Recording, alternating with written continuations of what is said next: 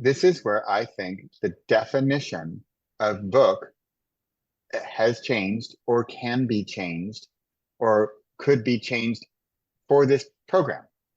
Because what is a definition of a book? Does it have to have a certain number of pages? Like, is there a law somewhere that we can look up? And so, especially for the one who's stuck, the one who's procrastinating, that's where this short idea and really in a weekend, we're not going to write a 400-page book, right? I'd rather have the shorter, and it's also shorter can be more difficult. I mean, Winston Churchill said, I apologize for not writing a shorter speech.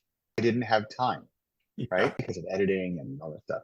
So the shorter can be more difficult, but we're going to get finished.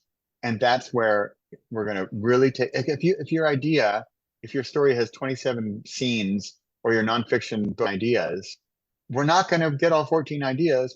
Ideally, we're going to pick one. We're going to pick one really short one and nail it. I come back to a mantra that I learned early in the ebook revolution, 2009, 10, 11, sometime in that realm, that an ebook does not have to be 300 pages bound between two pieces of cloth. Right? Like in a lot of what we think of as a book, and in many cases, especially with nonfiction from traditional publishers, well, it has to be certain size to fit on the shelf because that's right. Dude, you could have made the point, and you did in chapter 1, and all that chapters 2 through 10 are is you repeating the same thing, something that brings an end and a conclusion, beginning, end, conclusion.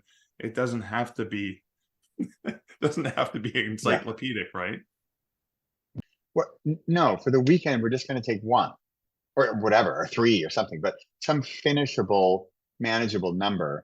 And like you said, ideally it has a nice little flow, beginning, middle, end, right?